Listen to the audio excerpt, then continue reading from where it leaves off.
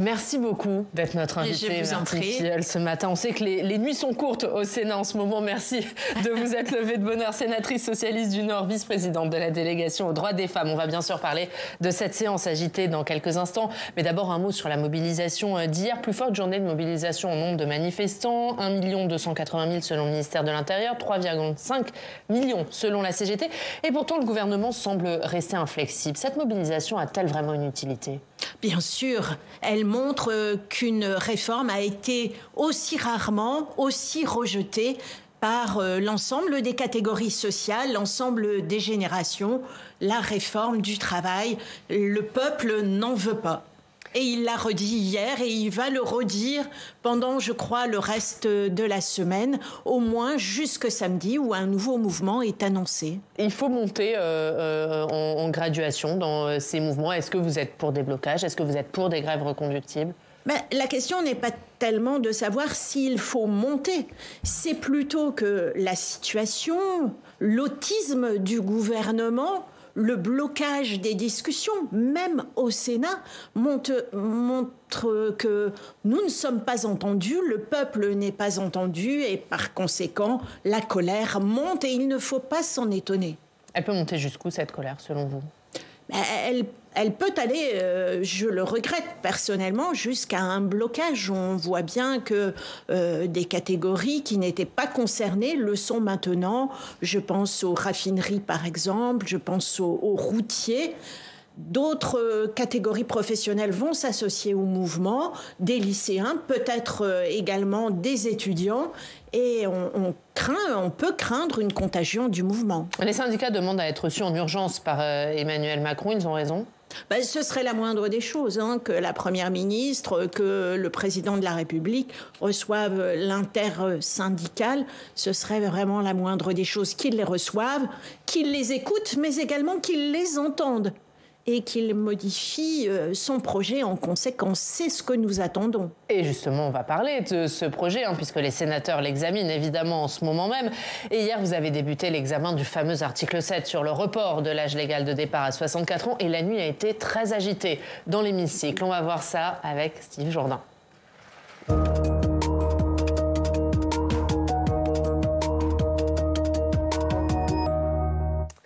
Bonjour Steve. Bonjour Yann, bonjour Madame la Sénatrice. Bonjour. Et Steve, le Sénat avec une nuit de rebondissement. Ouais, on s'attendait au grand soir de la gauche sénatoriale et il y a eu une longue nuit pour tous les autres groupes. On a finalement eu le droit à une courte nuit à l'occasion de laquelle la droite a rappelé qui était le maître des horloges ici au Sénat. Tout a commencé à 19h hier. Les sénateurs décident alors d'entamer l'article 7 de la réforme des retraites, le fameux article qui prévoit le recul de l'âge de départ à la retraite à 64 ans. L'occasion pour la gauche de dire ce qu'elle pense de la réforme, l'occasion aussi pour la mobilisation de s'inviter dans l'hémicycle.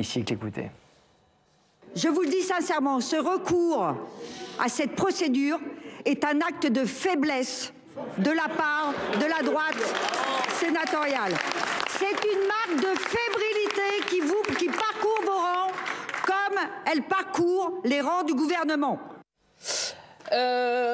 On avait un autre son prévu, on va dire, pour être honnête, c'est pas grave, on va enchaîner, Steve, sur l'article 7. Beaucoup d'amendements avaient été déposés par la gauche. 1300 amendements au total, c'est beaucoup, c'est énorme. Sur ces 1300 amendements, 77 étaient des amendements dits de suppression, c'est-à-dire des amendements dont l'objectif est de dire niet, non au report de l'âge légal de départ à la retraite. Ce qu'il faut bien comprendre, c'est que chaque examen d'amendement prend du temps, puisque les orateurs de gauche peuvent prendre successivement la parole pour afficher leur position. Pendant ce temps-là, la droite prend son mal en patience, mais à minuit 58, Bruno Retailleau en a un peu marre. C'est un rappel au règlement, Monsieur le Président. C'est sur la base de l'article 38, 77 amendements de suppression, tous identiques, Monsieur le Président. Je demande cette application. Article 38 du règlement du Sénat, article 38 qui permet de clôturer la discussion parlementaire, c'est-à-dire de limiter le temps de parole par amendement ou par article, un pour, un contre. C'est un dispositif qui est assez nouveau puisqu'il date d'une réforme de 2015 et qu'il n'avait jamais été utilisé au auparavant. Alors évidemment, l'utilisation a provoqué la colère de la gauche. Alors qu'est-ce qui se passe à ce moment-là? Eh bien, c'était pas une surprise déjà l'utilisation de cet article 38, puisque c'était un peu prévu. La droite vous avait un peu prévenu, Madame Filleul, qu'elle allait l'utiliser. Alors, il est autour d'1h15. Ensuite, on va un peu avancer dans les débats. Gérard Larcher décide de suspendre la séance après une demande de la gauche, mais petit coup de théâtre pendant cette suspension. La commission des affaires sociales se réunit pour réécrire l'article 7, une réécriture qui aura pour conséquence de faire passer à la trappe tous les amendements de la gauche. La gauche qui ne se laisse pas faire riposte en déposant plusieurs milliers de nouveaux amendements qui seront tous jugés irrecevables à l'exception d'un seul. S'ensuit alors un moment de flottement dans l'hémicycle. Écoutez. Merci Monsieur le Président. Non, je voulais déposer des sous-amendements. Nous allons procéder au vote. Voilà. Pourquoi? Alors, on a le droit de déposer. J'ai le droit de sous-amender un amendement? Il est 3h du matin, Paris dort toujours, la gauche proteste contre les méthodes de la majorité sénatoriale. Gérard Larcher décide à nouveau de suspendre la séance. À la reprise, les 3 présidents des groupes de gauche vont tout simplement quitter l'hémicycle. La séance est levée, le Sénat va se coucher sans avoir terminé l'examen de l'article 7. Il faudra attendre cet après-midi avant que les débats ne reprennent dans l'hémicycle autour de la mesure d'âge souhaitée par Emmanuel Macron. Madame la sénatrice, à qui la faute? Je dirais que l'opposition a joué son rôle, a défendu un projet de société, une conception de la retraite, a souhaité que le débat puisse se dérouler à l'Assemblée nationale. Pour toutes les raisons que l'on sait, le débat n'avait pas été à la hauteur de la situation et là, les Français attendaient que le débat se déroule sur tous les articles du projet de loi du gouvernement. Et ça n'a pas été le cas, selon vous n'avez pas eu assez la parole, parce qu'on a vu quand même, je le rappelais, 1300 amendements sur l'article 7. Mais vous le savez, le gouvernement a choisi une modalité, un véhicule législatif qui cadre le débat et qui le limite. Et donc, moi, je voudrais redire que la première obstruction, ça a été l'obstruction du gouvernement en imposant cette modalité de débat. Et vraiment, moi, je pense que le Sénat ne sort pas grandi de cette nuit. En fait, il y avait une grande espérance, une grande attente de débat. Et finalement, on a vu qu'en utilisant tous ces moyens de censure quelque part du débat, la majorité sénatoriale a rejoint quelque part le projet du gouvernement, devient complice du projet du gouvernement et contribue quelque part à faire grandir le mécontentement. Sauf que la majorité sénatoriale, elle veut aller jusqu'au bout du texte. Elle s'en est pas cachée. Elle dit qu'il y a d'autres articles à examiner que l'article 7. Est-ce que la gauche n'a pas fait une erreur en ne commençant pas cet article 7 plus tôt? Est-ce qu'il n'aurait pas fallu le commencer plus tôt pour avoir plus de temps de débat sur cet article? Cet article, c'est, comme le disaient mes collègues, c'est le cœur du réacteur, le cœur de la réforme. Les Français ont montré qu'ils ne voulaient pas travailler plus longtemps. Et c'est vraiment sur cet article et sur cette condition que le projet achoppe. Et donc, il fallait y consacrer un maximum de temps. Les Français ne veulent pas travailler plus longtemps. Tout d'abord parce qu'un certain nombre sont déjà usés à 64 ans. Le corps a souffert pendant des années.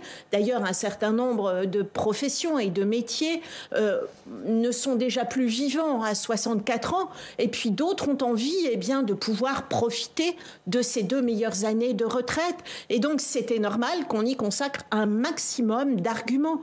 Et vous avez pu voir, comme moi, que la défense des amendements et que les amendements eux-mêmes avaient du sens et avaient chacun leur argumentaire. Il y avait quand même 77 amendements de suppression. Donc pour dire non au recul du départ, du recul de l'âge de départ à la retraite. Oui, vous est-ce que c'est pas trop? Un bon observateur donc de la vie parlementaire, vous avez vu que ces différents rejets eh bien, avaient des motivations différentes, avaient des argumentaires différents et étaient tous étayés et valables. Ce n'était pas, comme on a pu le dire à un moment donné, de l'obstruction pour de l'obstruction. C'est pas de l'obstruction pour vous, ce qui s'est passé hier de la part de la gauche? Non, ce n'est pas de l'obstruction, c'est la défense d'une conception de la société, d'une conception de la retraite. Oui, mais vous saviez que le temps était contraint. Est-ce que, comme dit Steve, il n'aurait pas fallu en faire moins d'amendements de suppression pour avoir plus de temps de débat? En somme, limiter le débat, limiter la discussion parlementaire. Non, ça fait partie du jeu, ça fait partie de la démocratie. Et limiter le débat, c'est limiter la démocratie. Et j'allais dire que ça suffit. Aujourd'hui, il faut laisser les parlementaires s'exprimer, il faut écouter les forces syndicales, il faut écouter les 3,5 millions de personnes qui se sont exprimées hier en défilant dans la rue d'une manière disciplinée, d'une manière unie. Ça a du sens, ça veut dire quelque chose. Il faut que le président de la République et que le gouvernement entendent ce qui se passe. Sur la forme, Madame la sénatrice, hier, on a vu un groupe communiste qui brandit des pancartes dans l'hémicycle. On a vu aussi les groupes de gauche quitter cet hémicycle, faire en quelque sorte un happening. Est-ce que vous n'êtes pas en train de vous nupéciser ici au Sénat? Je ne sais pas comment le dire, mais vous voyez ce que je veux dire. Il n'y a pas de NUPES ici au Sénat. Est-ce que vous changez un peu votre manière de faire? Vous adaptez la situation? Écoutez, excusez-moi, mais en utilisant l'article 38... la majorité sénatoriale sort également du cadre habituel des débats. C'est la première fois, effectivement. Vous l'avez dit, cet article du règlement n'a jamais été utilisé auparavant.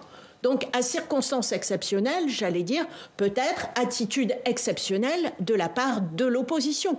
Encore qu'elle n'ait pas été aussi exceptionnelle que ça, excusez-moi, mais effectivement, mes collègues du Parti communiste, enfin du groupe communiste, ont levé des affiches, mais pour... Nous ne partons pas en retraite. Oui, ne partons pas en retraite à 64 ans, mais pour les retirer aussi rapidement. Ça a duré, même pas 30 secondes.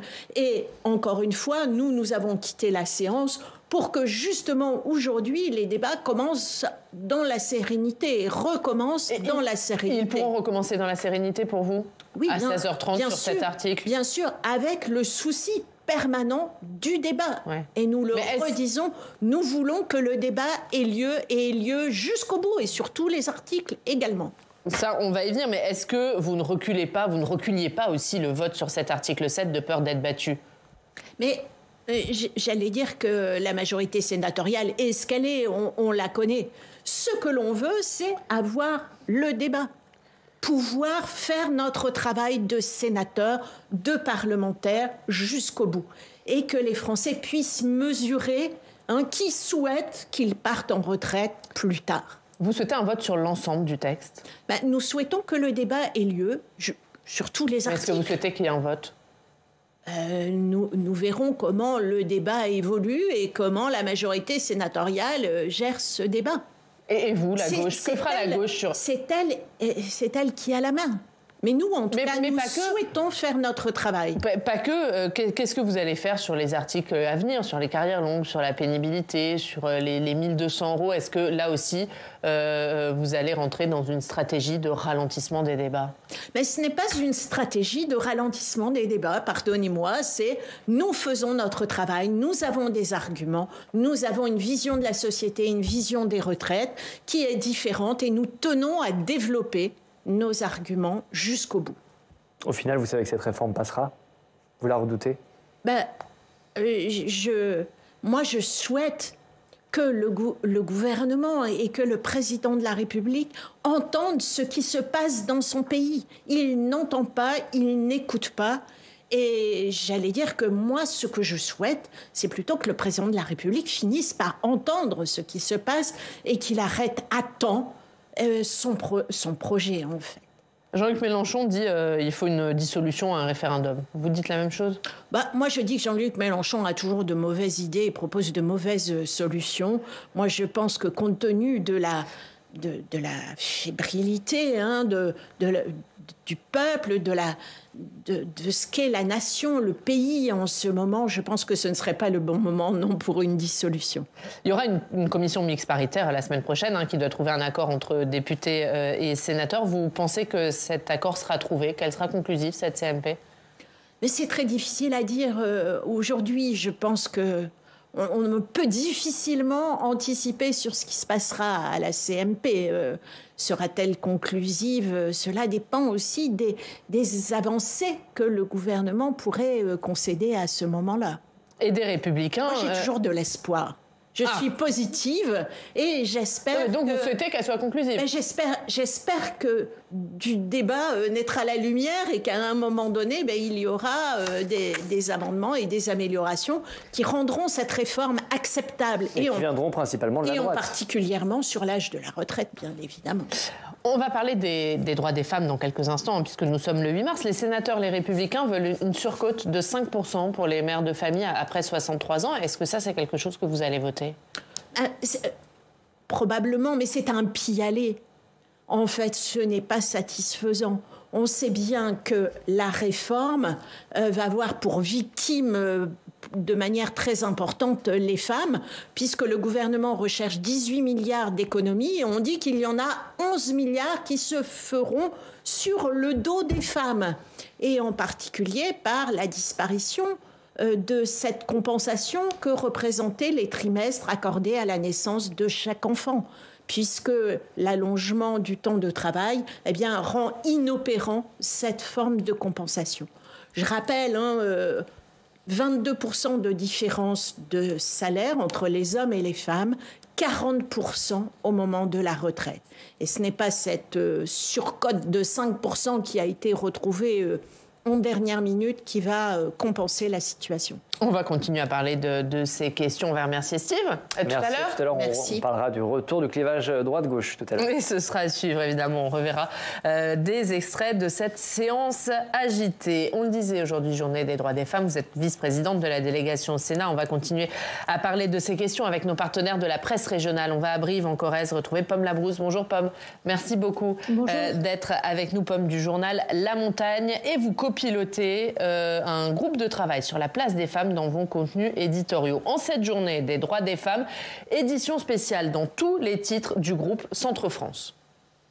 C'est vrai ce matin parce que nous sommes le 8 mars. Les 9 quotidiens du groupe Centre-France se posent très franchement et avec un peu d'impatience, je ne vous le cache pas, la question suivante: l'égalité, c'est pour quand ?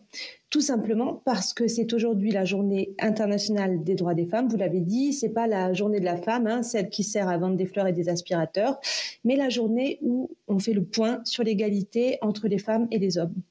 Aux manettes de cette édition spéciale, nous sommes donc un collectif d'une trentaine de journalistes, femmes et hommes, de tous les titres du groupe. Ce collectif est né il y a presque 2 ans, de l'envie de réfléchir, de mesurer la place que l'on fait dans nos textes, nos photos, nos vidéos, à celles qui composent tout de même la moitié de la société. Il y a plusieurs sujets sur lesquels ce collectif travaille, et pour ce 8 mars, on a justement voulu aller plus loin que la ribambelle de portraits féminins que l'on trouve souvent dans les journaux ce jour-là. D'une part parce que ces portraits de parcours admirables, étonnants ou rares, on peut très bien les proposer tous les autres jours de l'année. D'ailleurs, on le fait. Mais aussi parce qu'on voulait revenir à l'essentiel, à l'ADN de cette journée, ces questions de droit et d'égalité.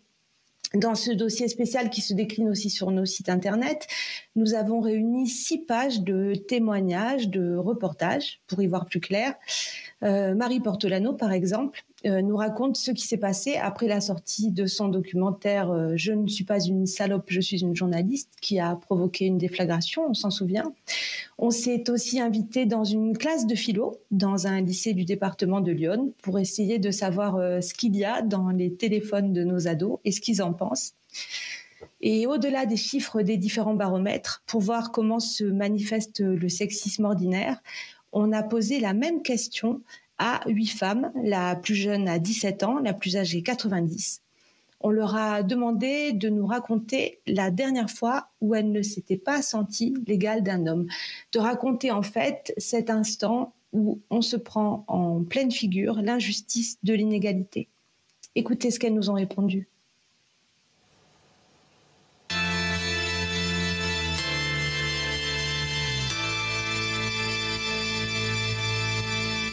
La dernière fois que je me suis pas sentie l'égale d'un homme, c'est arrivé ici au stade à mon travail. Un client m'a dit que effectivement mon métier était plus facile parce que j'élevais des brebis et que ce serait probablement plus difficile pour moi d'élever des vaches. On m'a dit oui, mais le gardiennage c'est fait pour les hommes. Dans un bar où on avait accepté de nous booker, sauf que la surprise c'est qu'on n'a pas été rémunéré pour fournir un spectacle. J'étais en train de créer l'association, un responsable de la ville de Clermont m'avait dit oh là là, ton truc ne va pas tenir 3 mois. Nous, les vestiaires ont été les toilettes. On n'a même pas eu accès à un verre d'eau ni à des boissons offertes parce qu'on devait faire nos preuves. J'ai toujours mené à bien mes projets, pas en me disant que je suis une femme et qu'il faut que je fasse mes preuves face aux hommes, mais parce que je vis tout par passion. J'ai fait plein de choses dans ma vie comme un homme. Voilà, alors tous ces témoignages